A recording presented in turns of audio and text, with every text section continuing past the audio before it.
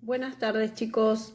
Quería comentarles acerca del PSP número 10, que es el que se refiere a Muerte Constante más allá del amor de García Márquez. En principio es un cuento que está ambientado en un pueblo de Latinoamérica, cuyo protagonista es el senador Onésimo Sánchez. En algún momento les pregunto acerca de el nombre de este personaje y es... su significado es el que ayuda, el que es útil, el que da frutos. Quizás ahí les ayude un poco más a entender el significado de ese hombre en ese lugar.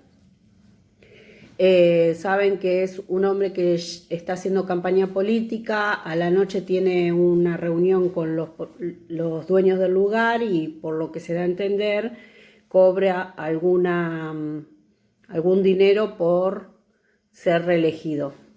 En ese lugar vive un hombre que escapó de la justicia porque mató a su esposa y después se casó con otra esposa que proviene de una de las Guyanas de Surinam, y con esa señora tuvo una hija que es Laura Farina, otro de los personajes importantes. El padre envía a la hija como para encontrar su libertad, pero la envía con un cinturón de castidad. Y la intención es que a cambio de la llave del cinturón de castidad, el padre logre que se le limpie el prontuario, por decirlo de alguna manera. En principio este cuento tiene un guiño para el lector porque tiene como una reversión del título de una obra de un autor español, ¿sí? La obra del autor español y con la que hay intertextualidad es Amor Constante más allá de la muerte, ¿sí? Después ustedes lo van a leer o ya lo leyeron y van a ver cuál es la relación entre esos dos títulos. Esa era la primera consigna. La vida real hace referencia a una vida bastante miserable en un pueblo del Caribe donde parece que no hay bastante porvenir, ¿sí? Pero ese senador lleva toda una puesta en escena y les muestra a los que habitan ahí cómo pueden mejorar. Como ustedes leyeron, hace algunos actos de propaganda, proselitismo, por ejemplo, cuando les regala el burro a la señora que necesita para ir a buscar agua, y el mismo burro tiene como si nosotros acá pegáramos un cartel proselitista, el burro tiene un mensaje proselitista.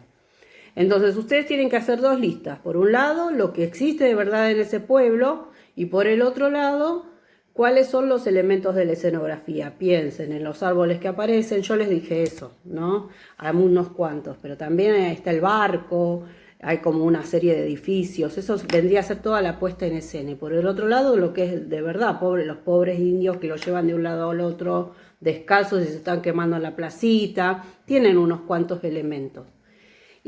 Pero también existen elementos que no son reales, ¿sí? Porque uno sabe que cuando un político está haciendo proselitismo hace como una puesta en escena, ¿sí? El proselitismo es este momento de la campaña que quieren que uno vote por las buenas acciones que supuestamente tienen o van a hacer, ¿sí? Entonces ustedes piensen en esos elementos.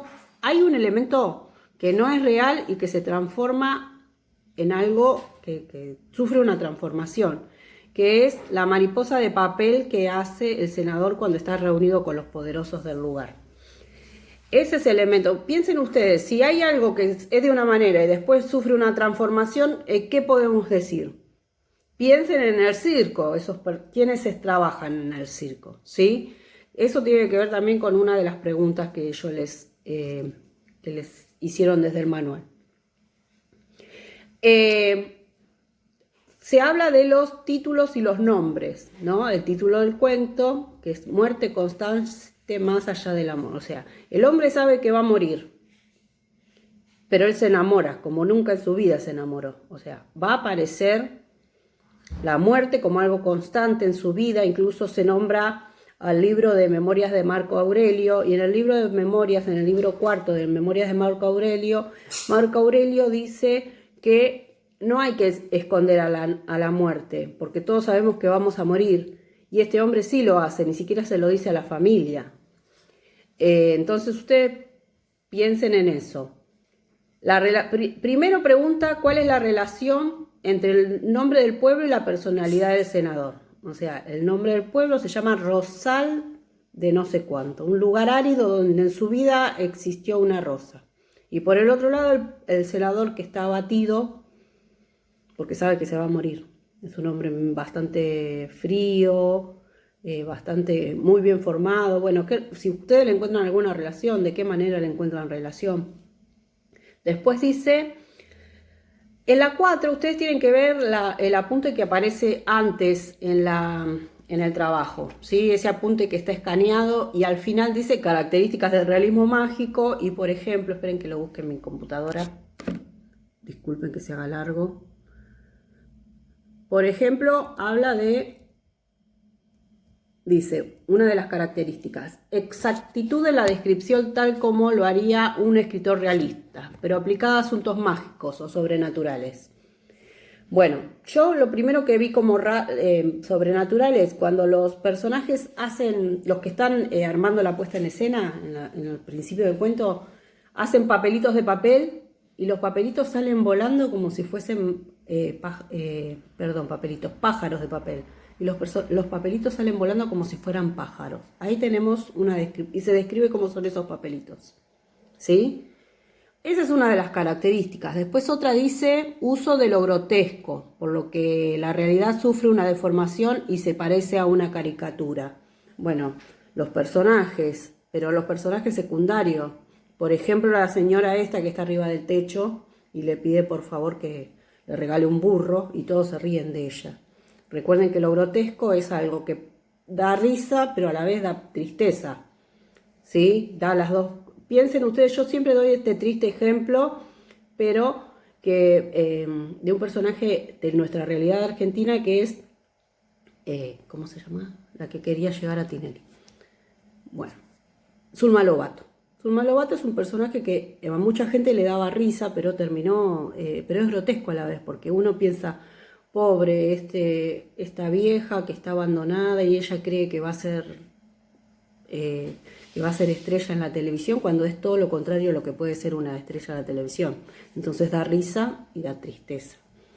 Eso es lo grotesco. Entonces pensemos en algunos ejemplos. Un ejemplo, yo ya les di uno, pueden usar ese si quieren. La consigna que sigue hace referencia a las palabras. Estamos aquí para derrotar a la naturaleza. Bueno, esas son las palabras de su circo, dice el narrador. ¿Se puede derrotar a la naturaleza?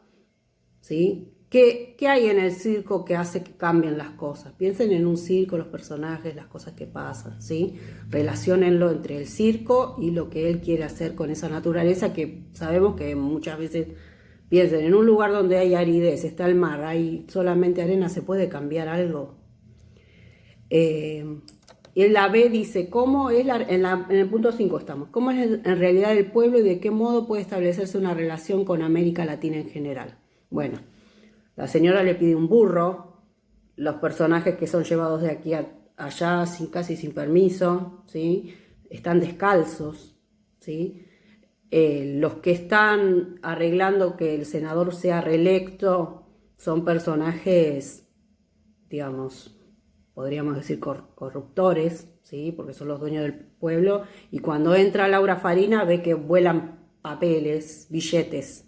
Bueno, si están ahí con el senador y vuelan billetes, por algo será, ¿no? Y por otro lado está este hombre que escapó de la ley y hace cualquier cosa, como que mató a la mujer y dicen que la descuartizó y la enterró, y a partir de él, de donde lo enterró, crecieron coliflores, algo así dice el narrador, y puede lograr lo que quiere, que es corrompiendo al senador a través de entregar a su hija, ¿sí?